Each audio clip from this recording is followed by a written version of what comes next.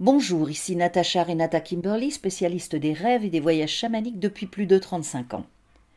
Voici la première vidéo d'une toute nouvelle série appelée Les Rendez-vous de la pleine lune, qui traitera de l'influence de la pleine lune sur nous, les êtres humains. Tous les mois, au moment de la pleine lune, je ferai une conférence gratuite en ligne sur le sujet dont je partagerai des extraits avec vous. Évidemment, si cela vous intéresse de participer en direct au rendez-vous de la pleine lune et de faire un voyage chamanique pour vous connecter à ces énergies, vous pouvez vous inscrire pour le prochain rendez-vous en cliquant sur le lien qui se trouve ci-dessous. Je vous laisse maintenant avec les moments essentiels de cette conférence du vendredi 5 juin 2020. Bonjour, je vois que vous êtes déjà, certaines d'entre vous sont déjà connectées. Alors attendez, je vais mettre, voilà. Est-ce que, bonsoir. Donc, on va parler un petit peu, comme je vous ai dit, on va parler de cette pleine lune-là, qui en plus, ça ne m'étonne pas, il y a une éclipse, vous savez bien qu'il y a quand même pas mal d'incidences sur le temps, sur la météo, au niveau des éclipses et au niveau de la lune, et nous sommes en plein dans la pleine lune. Donc, comme je vous l'ai dit, pour ceux qui ont eu le temps de lire ma newsletter ou qui l'ont reçue en tout cas, la pleine lune d'aujourd'hui sera la première pleine lune d'une série d'éclipses importantes. Ça sera ce qu'on appelle une éclipse partielle, nommée également une éclipse pénombrale. Alors, l'éclipse partielle, qui dit éclipse partielle, ça veut dire qu'elle sera discrète et seulement visible dans certains endroits. C'est-à-dire, elle va être visible en Europe, elle va être visible en Asie et absolument pas en Amérique du Nord. Alors, le terme éclipse pénombrale, je vais expliquer ce que c'est. Donc, ça signifie que la Lune traverse la pénombre de la Terre, ce qui veut dire que la Lune, la Terre et le Soleil sont alignés, sont donc dans un même axe, ou presque, et que d'un point de vue lunaire, c'est-à-dire si on se place, si on était sur la Lune ou si on était la Lune, le Soleil sera caché en partie par la Terre, et caché va être caché parce que c'est dans dans 1 heure et quelques, 2 heures et quelques, 1 heure et quelques. Donc, en ce qui concerne cette éclipse, en France, donc vous enlevez 6 heures évidemment pour le Canada, elle a débuté il y a à peu près, alors attendez que je regarde ça, il y a presque 25 minutes, donc c'était à 19h45. Elle va être à son apogée à 19h, à 21h24 plus ou moins, et elle va se terminer à 23h4. Et puis, évidemment, vous vous êtes rendu compte, partout, ici, chez moi, chez vous, il fait encore jour. Du coup, comme il fait jour, ça veut dire que la Lune se trouve, au début de l'éclipse, elle va se trouver sous la ligne d'horizon.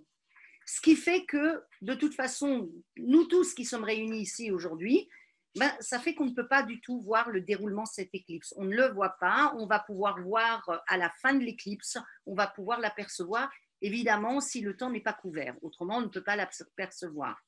Donc, d'un point de vue énergétique, et c'est ça qui est important, les éclipses intensifient les effets des pleines lunes. Ça veut dire qu'elles rendent encore l'effet de la pleine lune beaucoup plus fort. Elles annoncent des changements importants dans nos vies. Et en plus, c'est encore plus accentué lorsque le signe dans lequel se trouve la Lune est également un signe extrêmement fort, et ce qui est le cas aujourd'hui. Donc, les énergies de ces périodes de pleine lune, en général, elles sont favorables à la transformation. Donc, les pleines lunes, c'est là où on doit amorcer des choses, où on peut commencer à mettre des nouveaux projets en place. Par contre, ce mois-ci, la pleine lune, qui est en Sagittaire, je vais vous expliquer ça après, qu'elle va pousser au nettoyage, elle va pousser à la purification, elle va pousser au renouvellement. Alors, c'est rigolo parce que quand on fait des recherches, on se rend compte que toutes les pleines lunes ont des noms selon le mois et selon les cultures. Alors, en Amérique du Nord, les Amérindiens ont appelé la pleine lune du mois de juin la lune des fraises, tout simplement parce que c'était une lune qui annonçait une période où les fraises étaient arrivées à maturité et où on pouvait les manger. Elle est appelée également la lune rose, la lune chaude, la lune des amoureux, la lune de miel, la lune de foin, la lune des chevaux, la lune du soleil puissant, tout simplement parce que là, le soleil va arriver à son point culminant. La lune qui fait grossir, alors là, ça ne va pas nous faire plaisir, n'est-ce pas? On n'a pas forcément envie. La lune de l'hydromel. Et puis, il y a deux termes pour qualifier le mois de juin. Un terme qui est Aera Lita, qui signifie le mois doux et précoce, et un autre qui est Brakmanot, et qui est un mot qui est utilisé dans les pays germano-scandinaves et les pays anglo-saxons, anciennement, bien sûr, et qui veut dire le mois des jachères. Alors, cette lune du mois de juin, elle est porteuse de renouveau, car elle est connectée à la sève montante. Et elle nous demande d'exprimer. La sève montante, c'est ce qui va arriver au rayonnement, ce qui va amener le renouveau, ce qui va amener de la vitalité. Et cette lune va nous demander d'exprimer tous nos potentiels, toutes nos potentialités. Ce n'est pas forcément facile, surtout en fonction de l'entourage dans lequel on se trouve. Alors, cette pleine lune se trouve en Sagittaire. Le maître du Sagittaire, c'est Jupiter. Ce qui signifie que la pleine lune va nous connecter avec nos instincts et nos pulsions animales. Elle va nous obliger à trouver comment transformer ces pulsions en quelque chose d'un peu plus, on va dire, civilisé. Et le Sagittaire symbolise la transformation animale, la transformation des énergies animales en énergie humaine. Vous savez, le Sagittaire, c'est le centaure. C'est ce centaure qui a un arc et une flèche et qui tire dans une direction. Et ça, c'est le Sagittaire. Donc, le Sagittaire symbolise cette transformation des énergies animales en énergie humaine. Et elle représente nos aspirations et notre engagement vers un chemin, vers un cheminement spirituel. Et aujourd'hui, nous avons la première éclipse en Sagittaire depuis 2010 et 2013, je crois, si je me souviens bien. Et ce jour signe le début d'un trio d'éclipses important. C'est-à-dire, il va y avoir une série de 3 éclipses. Cette éclipse va décupler la puissance des énergies de la Lune en Sagittaire. Elle va nous obliger à lâcher prise et à abandonner certaines choses, même si on n'en a pas forcément envie, même si à des moments donnés, on estime que ces choses sont importantes pour nous. Donc, elle va nous obliger à lâcher prise. Donc, il est possible qu'avec une lune en Sagittaire, que sous une pleine lune en Sagittaire, doublée d'une éclipse, que nous changions radicalement de direction de vie. Ça, c'est tout à fait possible. Et en tout cas, cette lune en Sagittaire va nous amener au minimum à préparer un nouveau chemin qui ne devrait pas tarder à se présenter. C'est-à-dire que là, c'est vraiment un embranchement, en plus accentué par cette espèce d'éclipse de lune. Voilà. Donc, la lune de ce mois de juin est dans une position qui va favoriser notre aspiration à l'indépendance et nos envies de liberté. Donc, ça favorise nos envies de liberté, ça favorise nos aspirations à l'indépendance. Elle va amener des choses extrêmement positives dans notre vie, comme l'optimisme, l'enthousiasme, la joie de vivre. Et en plus, avec cette éclipse qui est puissante, cette éclipse rend cette lune qui nous apporte un regain de vitalité, donc on va se retrouver vivifié, alors un petit peu moins amorphe que lorsqu'on était dans le confinement. Cette lune et cette éclipse combinée, ça va rendre tous ces aspects extrêmement forts. C'est une lune extrêmement puissante. De plus, nous avons 2 autres aspects. C'est-à-dire, on a un Mars qui est une planète sous la gouvernance du Bélier, c'est-à-dire un signe de feu, comme le Sagittaire. Mars est le premier signe de feu, le Sagittaire est le dernier du zodiaque. Et ça veut dire Mars, pendant toute cette période de pleine lune, est extrêmement actif.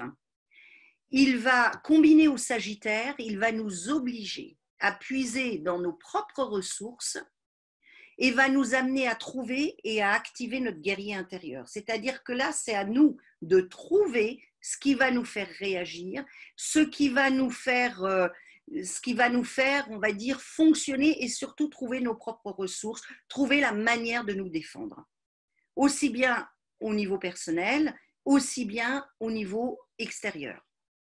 Donc, et en plus, pour couronner le tout au niveau de ces énergies, vous savez, quand il y a une ou deux planètes qui s'y mettent, il risque d'y en avoir une ou deux autres, ben nous avons une Vénus, vous savez, la planète de l'amour, la séduction, etc. Cette planète, elle est rétrograde en Gémeaux en ce moment, depuis mai, et elle peut annoncer des, on va dire, des anicroches, et notamment au niveau des couples.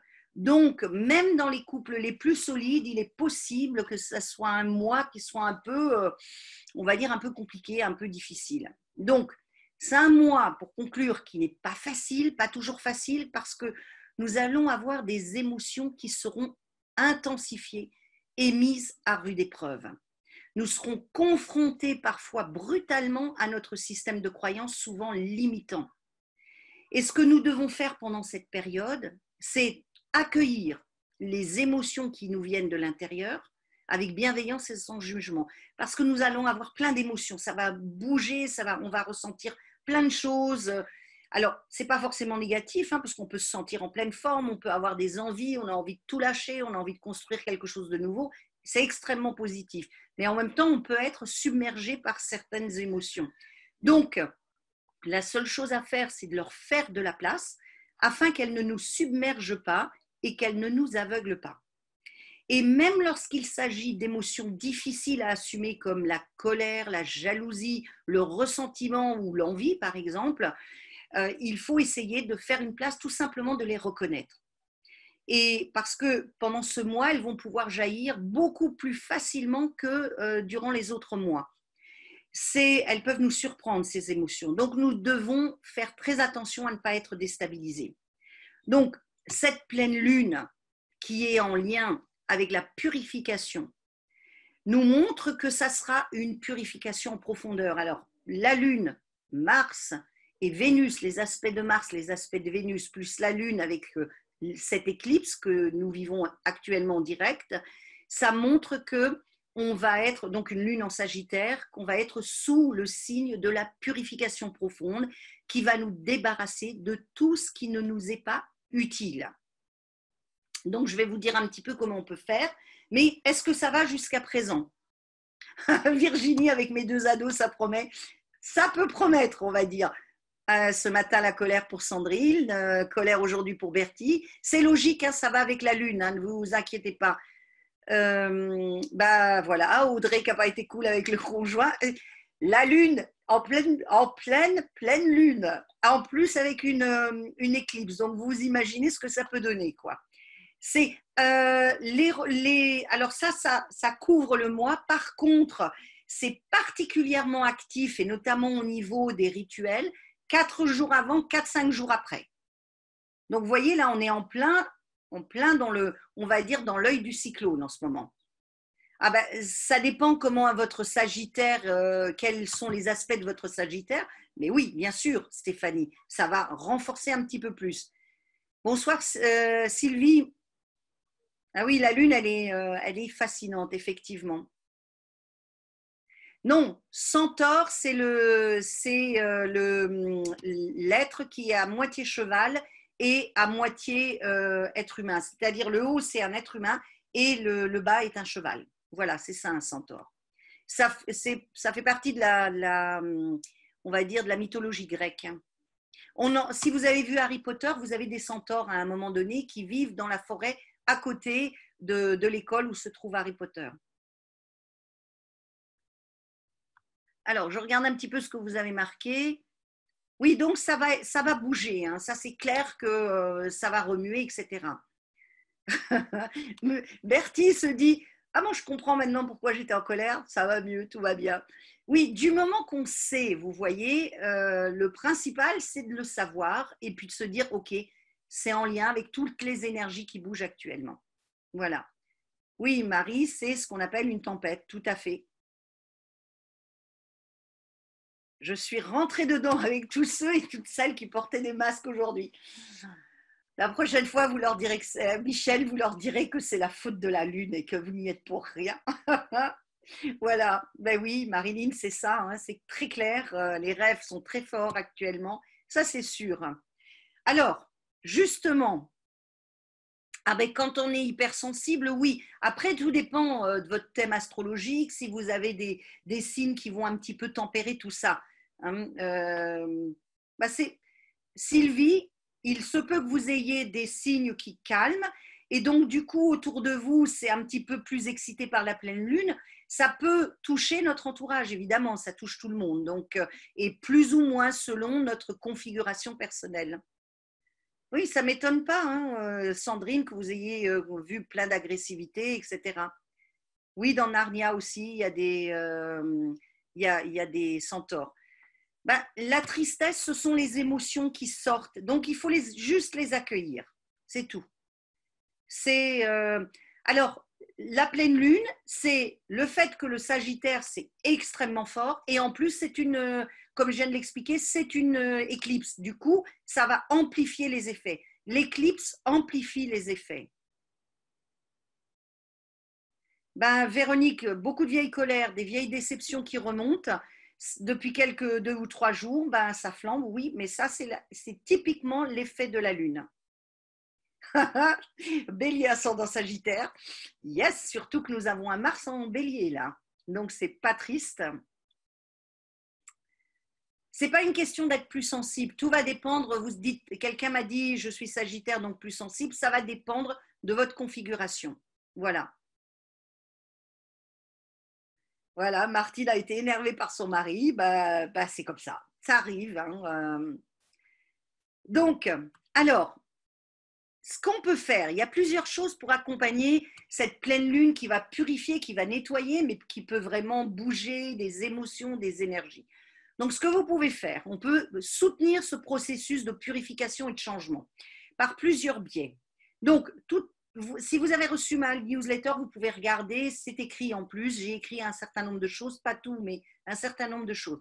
Premièrement, vous pouvez nettoyer chez vous en faisant brûler de la sauge, du palo santo, du camphre ou bien de l'encens à base de basilic, à base de lavande, à base de benjoin. Ça, ce sont de très bons purificateurs. La lavande va permettre un peu de calmer le tout, ce qui fait vraiment du bien. Tout ce que nous faisons, comme je vous ai dit, au moment de la pleine lune, est extrêmement efficace les 4-5 jours avant, 4-5 jours après. Donc, tout ce que vous amenez va avoir vraiment une efficacité. D'autant plus, comme je vous dis, il y a une éclipse actuellement.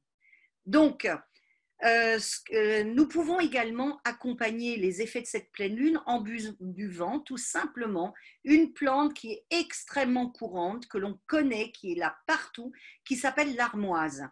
Et l'armoise va nous apporter la force, la puissance, la vitalité. Donc, elle va transformer ces énergies qui sont là, qui ne savent pas par où, on va dire, comment s'exprimer. Elle va le transformer pour, on va dire, renforcer notre corps énergétique. Et donc, l'armoise, dont le nom latin est Artemisia vulgaris, c'est la plante du mois de juin. Elle est dédiée à Artémis. Et Artémis, c'est l'une des 3 déesses grecques de la Lune. C'est une plante médicinale qui est extraordinaire, mais qui, attention, elle est déconseillée aux femmes enceintes et aux jeunes enfants. Mais c'était une plante qui était utilisée par les peuples romains et celtes qui possèdent de multiples vertus. Alors, je vais vous donner quelques exemples de vertus de la plante de l'armoise. Elle est très facile à se procurer. Elle pousse carrément au bord des routes.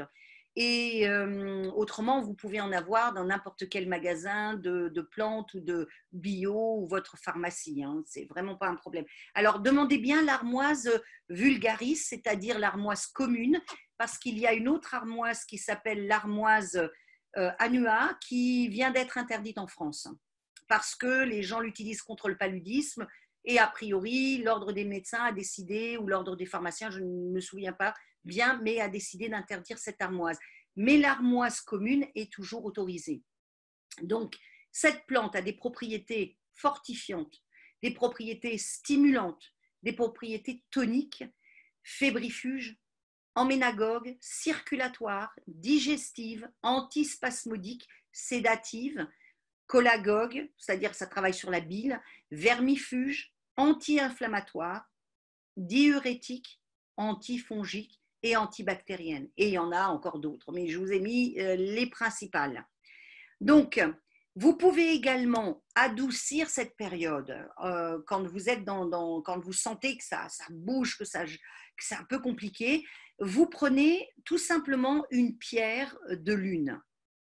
Nous pouvons porter sur nous une pierre de lune ou la porter dans notre poche, la porter en pendentif, ça c'est à vous de voir, mais juste une pierre de lune dans notre poche, ça suffit, dormir à côté d'une pierre de lune, parce que cette pierre de lune, elle va introduire et diffuser en nous et autour de nous des énergies qui vont amener de la bienveillance, qui vont amener le calme, qui vont amener l'harmonie. Donc ça, c'est important. C'est une pierre qui est, comme je vous ai dit, facile à obtenir et qui va booster, qui va stimuler notre créativité, qui va stimuler notre sensibilité et notre sens de l'imaginaire. C'est-à-dire, ça va aussi permettre de faire plein de rêves et d'avoir, pour ceux qui ont des facultés médiumniques, encore plus d'informations. Et puis, nous pouvons également, et là je vais vous montrer ce qu'on peut faire pour amener le calme, donc faire des méditations, comme un certain nombre d'entre vous vont faire ce soir, des voyages chamaniques et des exercices respiratoires. Voilà, ça ce sont des choses qu'on peut faire ce mois-ci et qui vont amener vraiment plus d'harmonie. Faire en sorte que cette énergie ne parte pas en vrille, ne parte pas dans tous les sens, que vous puissiez être assez, on va dire, assez intégré, assez en harmonie et quand il se passe quelque chose d'un peu compliqué, que vous allez pouvoir mettre du calme dessus tout en intégrant l'énergie qui se présente. Voilà. Est-ce que c'est clair? Oui, l'artémia, c'est l'artémisia, l'armoise, c'est Artemisia annua, c'est celle qui a été interdite. L'artémisia vulgaris, je vais vous les noter. Artemisia vulgaris, c'est celle qui est toujours autorisée. Donc, Artemisia vulgaris, c'est-à-dire l'armoise commune, tout simplement, ça c'était le nom latin, l'armoise commune, c'est une armoise que vous pouvez utiliser, que vous pouvez boire en décoction et qui est vraiment une des plantes les plus extraordinaires qu'on puisse avoir en Europe. Voilà. Alors, attendez, au sujet de la pierre, alors, il y a plusieurs questions. Je regarde un petit peu ce que vous avez écrit au sujet des pierres. Donc, la pierre de lune, on peut les mettre à la lune pour le nettoyage juste le jour ou quelques jours avant. Vous pouvez la passer sous l'eau. Vous pouvez la renforcer en la mettant sous les rayons de la lune cette nuit et vous la portez sur vous. Et si vous avez envie de la recharger encore pendant les 3-4 jours qui viennent, vous la mettez sous les rayons de la lune. Il n'y a pas de problème. C'est Martine, vous pouvez faire comme ça, il n'y a aucun souci. Tout à fait, Virginie. Demain, c'est le jour de Saturne et du renouveau. C'est-à-dire Saturne, c'est-à-dire c'est le balayage de l'ancien. Donc samedi, en lien avec Saturne. Vendredi, en lien avec Vénus. Voilà. Et oui, Cocopelli, évidemment, vend des graines et ça, c'est hyper important. Oui, la fameuse Artemisia annua, effectivement, qui est en lien, là, qui fait polémique actuellement. C'est très bien, Françoise, d'avoir brûlé de la sauge, c'est super. Alors, de la sauge, du benjoin, du camphre, de la lavande, du palo santo, si certains ont du palo santo, ce sont des petits bois, des bouts de bois que l'on achète au Mexique, enfin en Amérique du Sud, en Amérique centrale. Voilà. La sauge, Bertie a fait brûler la sauge. Les pierres, oui. Donc, les pierres qui aident actuellement, vraiment la pierre de la lune et surtout la pierre en lien avec le Sagittaire. Parce que la pierre de lune est en lien avec le Sagittaire. Moi, à votre place, si j'avais une pierre de lune, je prendrais la pierre de lune pour l'utiliser en ce moment, pour, on va dire, pacifier les énergies du Sagittaire. Alors, Françoise qui dit « J'ai cru être cool lundi ». C'est vrai que Françoise est plutôt quelqu'un d'assez cool, énergique mais cool. Mais je suis rentrée dans le cadre et avoir les réactions violentes suscitées et depuis, je suis mal à l'aise. Je me dis que j'ai été agressive sans le vouloir, que j'y suis allée trop fort, je suis Sagittaire et je me bats contre cette forme de culpabilité. Françoise, Sagittaire, pleine lune en Sagittaire, doublée en plus d'une éclipse, ça ne vous a pas laissé beaucoup de chance pour être, ça ne t'a pas laissé beaucoup de chance pour être zen, hein, j'ai l'impression. Hein. C'est clair que c'est pas facile. Voilà, alors je regarde. Alors pareil, oui, l'eau, j'avais envoyé il y a quelques mois un petit mot en disant que vous pouvez laisser de l'eau. Alors prenez une bonne eau, hein, si possible, vous la mettez dans une carafe, vous laissez exposer toute la nuit à la pleine lune et vous buvez par la suite petit à petit, vous buvez un petit verre, un fond de verre tous les jours en intégrant les énergies de la pleine lune. Oui, on peut brûler de la lavande séchée, bien sûr, il n'y a pas de souci. De l'eau de lune, oui, ça s'appelle de l'eau de lune. Si vous voulez, je vous enverrai un petit mot demain et je vous dirai comment faut faire l'eau de lune, si ça vous dit. D'accord ? Comme ça, je vous envoie un petit mot juste avec ça en disant, voilà, l'eau de lune, etc., etc. Donc, Sagittaire, pierre de lune, la résine de pin. Le pin est un extraordinaire purificateur. C'est très, très bon, le pin. Et c'est quelque chose, on peut en prendre tous les jours en tisane, hein, il n'y a pas de souci. Hein. Tant qu'on sent là ces énergies, on peut les prendre, il n'y a pas de problème. Non, il n'y a pas besoin d'avoir une bouteille bleue, vous pouvez avoir une bouteille transparente. Prenez une bouteille transparente, une carafe transparente, si possible une bouteille en verre. Parce que les bouteilles en plastique, c'est pas top, mais avec une bouteille en verre, pas de problème. Et puis, vous pouvez en faire plusieurs, 2, 3, et vous la gardez sur le mois et vous en buvez tous les jours un petit peu. Ce que vous pouvez faire aussi, c'est l'eau de lune vous remet en lien et en connexion avec la lune, avec l'énergie de la lune, l'énergie de transformation de la lune. Et ce que vous pouvez faire également, c'est quand vous méditez, quand vous vous intériorisez, vous imaginez inspirer l'eau, inspirer la lune. Et imaginez même que la lune devient liquide et vous buvez cette eau liquide. Alors, ce que vous pouvez faire avec de l'eau de la lune, par exemple, ou de l'eau de cours, hein, si vous n'avez pas de l'eau de lune, que vous n'avez pas préparée, vous prenez de l'eau, vous vous intériorisez, vous pouvez vous mettre face à la lune et vous prenez des petites gorgées et vous imaginez que vous êtes en train que la lune, c'est l'eau liquide que vous êtes en train de boire. Et ça va vous donner, on va dire, au niveau de votre être intérieur, le déclic et surtout le petit clic qui va faire, ah oui, c'est la lune, j'intègre l'énergie de la lune. Et vous pouvez faire exactement la même chose avec le soleil. Vous pouvez boire d'un côté de l'eau de soleil, l'eau de la lune, l'eau du soleil. Je ne dis pas de la laisser au soleil, mais tout simplement imaginer boire le soleil. Pendant 1 minute, vous n'êtes pas obligé de faire plus longtemps que ça, vous imaginez boire le soleil et vous la faites bien descendre. Vous pouvez presque la manger, vous voyez, comme si vous aviez un aliment un peu liquide, vaguement semi-liquide, et vous l'avalez et en conscience, en demandant à intégrer les énergies de la lune et les énergies du soleil. Vous faites ces deux choses-là et vous verrez, ça va vous donner plus d'énergie, plus de force, ça va renforcer votre corps énergétique. Voilà. Nous avons Karine actuellement, nous avons Vénus en Gémeaux rétrograde. Donc oui, si vous êtes Gémeaux, que vous êtes perturbé, oui. Et c'est en lien avec tout ce qui est émotionnel et notamment les relations amoureuses. Voilà. C'est extrêmement, en ce moment, c'est assez fort. Voilà. Bon, je vous propose une photo de la Lune. Ah bah c'est une très bonne idée, Sandrine. Vous prenez une photo de la Lune, vous imprimez une photo de la Lune, vous la mettez dessus quand vous n'avez pas la Lune, ou alors vous pouvez même mettre la photo sous la carafe ou sous le verre, sous la Lune. Si vous n'avez pas d'endroit où vous pouvez le mettre à l'extérieur, vous ouvrez une de vos fenêtres et vous attendez que le rayon de lune arrive dans la pièce et vous mettez la photo en dessous et la photo va capter. Donc, il y aura un double, on va dire, au niveau énergétique, il y aura quelque chose qui se passera dans les deux sens, comme des vases communicants. Voilà. C'est bon. Alors, je vous propose de faire la pierre de lune dans l'eau si vous avez envie. Vous n'êtes pas obligé, mais vous pouvez tout à fait. Alors, ce que je vais vous demander de faire, je vais vous montrer un exercice de respiration qui va vous amener le calme.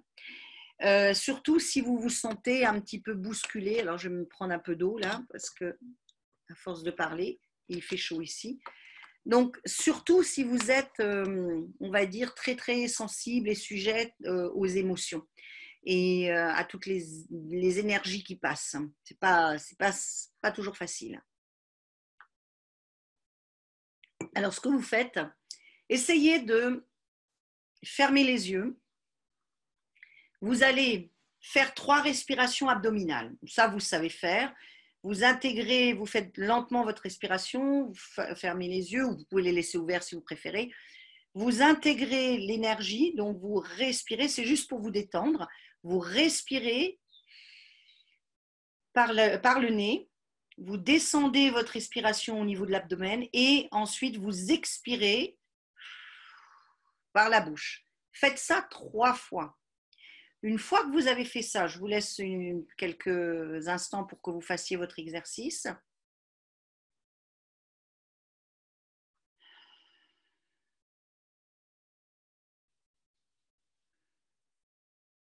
Alors maintenant que vous avez fait cet exercice, il y a un exercice extrêmement puissant qui est très peu utilisé au niveau de la respiration. Vous allez faire la même chose, respiration abdominale, la respiration thoracique suit automatiquement, ça se fait de façon automatique au niveau du corps.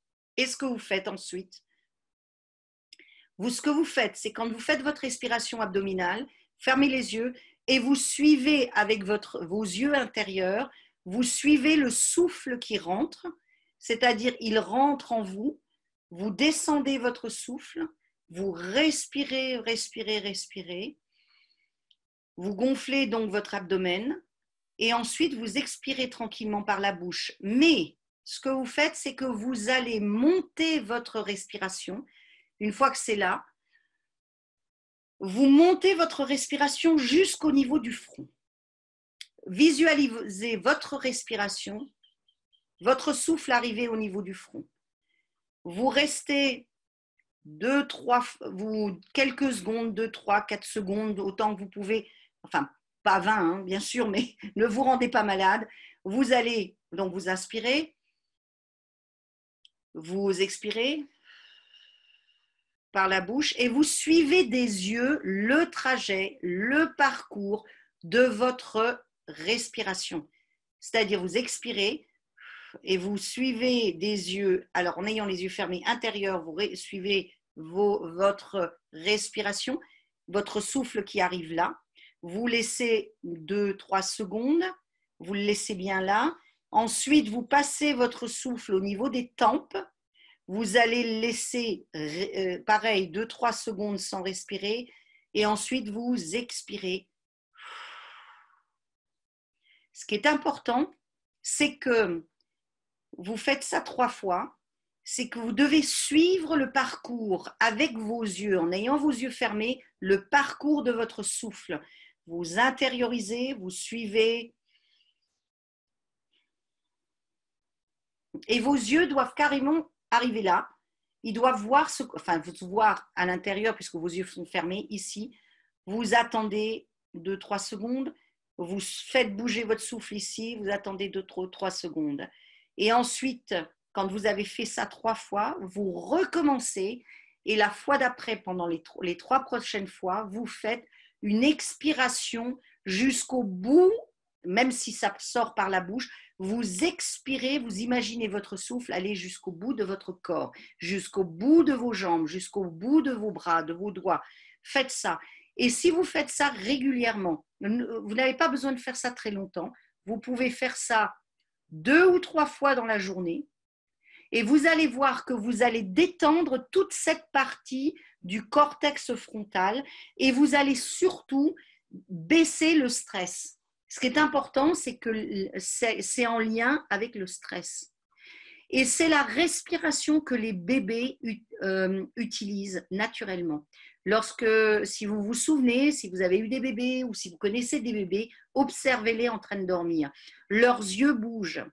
La respiration, donc, elle doit suivre, vos yeux doivent suivre, une fois qu'ils sont fermés, suivent le cours, ils descendent jusque dans l'abdomen et quand vous commencez à expirer, vous suivez, ça expire, vous faites remonter le souffle ici, vous attendez, vous faites passer le souffle ici, vous attendez et ensuite vous expirez dans tout votre corps. Et vous allez voir, ça va aider à vraiment faire baisser votre niveau de stress. Et ça, c'est extrêmement important.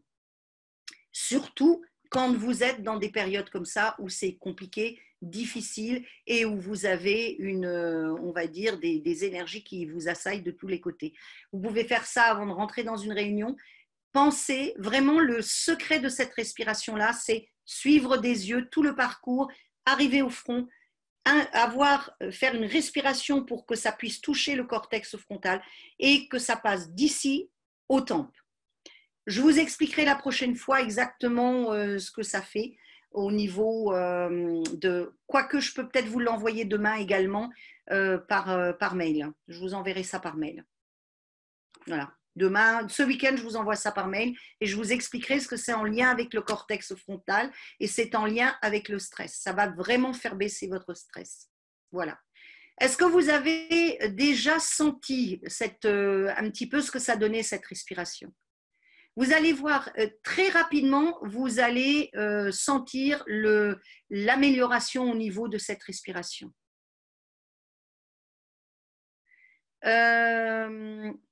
Le début, quand vous respirez, vous inspirez par le nez, vous suivez le trajet de l'inspiration, vous le suivez jusqu'au niveau de l'abdomen, vous gonflez l'abdomen. Une fois que vos yeux ont suivi et votre souffle descend jusque dans l'abdomen, c'est gonflé, vous expirez et vos yeux doivent suivre intérieurement le trajet de l'expiration. Jusque-là, vous faites remonter en conscience votre souffle ici et vous le passez ici. Vous attendez 2-3 secondes et ensuite vous pouvez expirer. Ah, mais c'est normal, ça détend, Chris. Donc, c'est tout à fait logique, ça déstresse. Ça déstresse. C'est extrêmement puissant, effectivement, c'est libérateur et ça va faire baisser votre stress et c'est important. Et c'est une respiration que les gens ne connaissent pratiquement pas. Ça déstresse on va dire, le cortex frontal, ça a une incidence sur l'hypophyse, etc. Ben voyez, on va faire le voyage et puis vous allez aller vous coucher. C'est bien. Bon, est-ce que vous êtes OK pour faire le voyage maintenant? Donc, oui, vous visualisez l'expire. Michel, tu visualises l'expire jusqu'au front. Non, tu commences à expirer. Enfin, tu inspires. Tu commences à expirer, tu montes ton souffle jusque-là, tu attends quelques secondes et ensuite tu termines l'expiration par la bouche, hein, toujours pareil. C'est-à-dire ça se fait en 2 temps. Est-ce que si ça ne marche pas, si tu ne comprends pas, tu m'envoies un petit mail. Et pour le voyage, génial. J'espère que cette vidéo sur la pleine lune du mois de juin 2020 vous a plu et vous a donné envie de participer au prochain rendez-vous qui aura lieu le samedi 4 juillet 2020.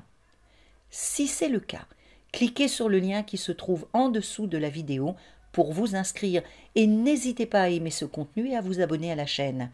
Et cliquez sur la cloche pour être prévenu de la sortie des prochaines vidéos. Rêvons et voyageons ensemble.